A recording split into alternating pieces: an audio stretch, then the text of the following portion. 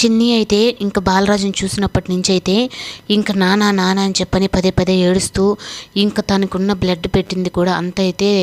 తీసుకొని తన దగ్గరకు అయితే ఇంకా పరిగెత్తుకుంటూ వచ్చినా కానీ ఇంకా ఆఖరి నిమిషంలో కూడా బాలరాజు అయితే వెళ్ళిపోతాడు. ఇంకా మధు ఏంటి ఇలా పరిగెత్తుకుంటూ వెళ్ళి ఏడుస్తుందని చెప్పనని ఒక పక్క సుబ్బు అలాగే స్వరూప ఇద్దరు అయితే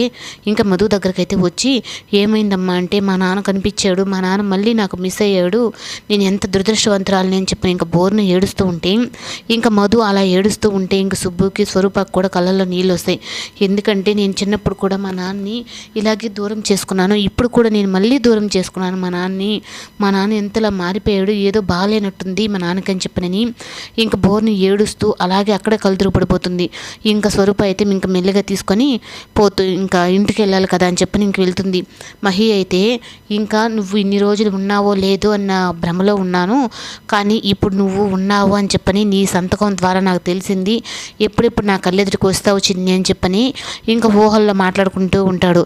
ఇంకా మహి అయితే అలా మాట్లాడుకుంటుంటే ఇంకా చిన్ని అయితే ఇంటికి వెళ్ళినప్పటి నుంచి బాలరాజు గురించి ఆలోచిస్తూ ఉంటుంది. ఇంకా ఫోన్లో చూస్తుంది, మా నాన్న ఫోటో ఉంది కదా దాన్నైనా చూద్దామని చెప్పనేటప్పటికీ ఇంకా ఫోన్ అయితే పగిలిపోయి ఉంటే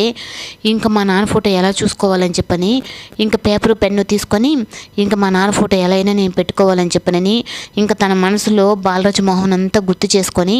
ఇంకా ఆ పేపర్ మీద అయితే ఇంకా అచ్చం వాళ్ళ నాన్న ఎలా ఉంటాడో అలాగే అయితే బొమ్మ గీసుకొని ఇంకా ఆ బొమ్మతోనే మాట్లాడుతూ ఉంటుంది. ఎందుకు నాన్న నన్ను ఇంతలా, నేను ఎందుకు ఇంత దురదృష్టవంతురాలని, అప్పుడు మామయ్య ఇంట్లోకి వెళ్తే వాళ్ళందరూ అలాగే అయ్యారు, ఇప్పుడు నీవు నా కోసం నువ్వు రౌడీగా ఉన్నవాడివి మారితే ఇప్పుడు నువ్వు నాకు దూరం అయ్యావు, ఎందుకు నాకే ఇలా జరుగుతుందని చెప్పనని ఇంకా ఫోటో పెట్టుకొని ఏడుస్తూ ఉంటే ఇంకా నిజంగానే బాలరాజుతో ఇంకా బాలరాజుని పట్టుకొని ఒక కూతురు తండ్రితో ఎలా మాట్లాడుతుందో ఇంకా అలాగే మాట్లాడుతుంటుంది. దానికి ఇంకా బాలరాజు కూడా ఇంకా అలాగే తను చెప్పే ప్రతి మాటలకు కొడుతూ అలాగే ఏడుస్తూ ఉంటాడు. కావేరి అమ్మ చనిపోయిన తర్వాత నుంచి నేను ఎందుకు ఇంత పిచ్చిలాగా 10 సంవత్సరాలు నీ కోసం ఎందుకు వెతుక్కోకుండా ఉన్నాను, నన్ను క్షమించి నాన్న, నీ కాళ్ళ మీద పడి నేను క్షమాపణ చెప్పాలని చెప్పని పదే పదే ఇంకా అదే మాట చెప్తూ ఉంటే ఇంకా బాలరాజు కూడా మన తలరాత బాగాలేనప్పుడు ఇంకేదైనా అలాగే ఉంటుందిలే అమ్మ అని చెప్పని అన్నా కానీ సరే లేదు నాన్న, నేను చాలా మొండిగా చేశాను నీ విషయంలో,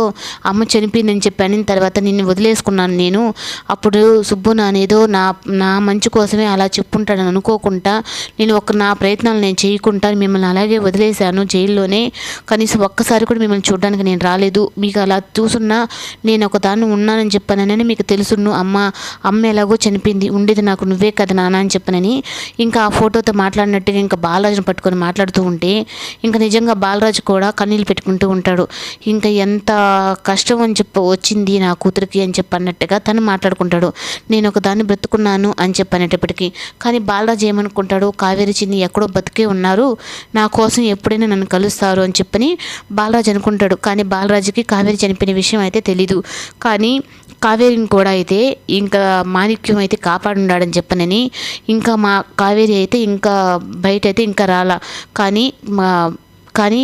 ఇంకా చిన్ని విషయంలో అయితే మాత్రం ఇంకా బాలరాజు అయితే ఒక నిర్ణయం అయితే తీసుకుంటాడు. నా కూతురు ఎక్కడున్నా క్షేమంగా ఉండాలి, కానీ నన్ను ఇప్పటి వరకు కలవకూడదు,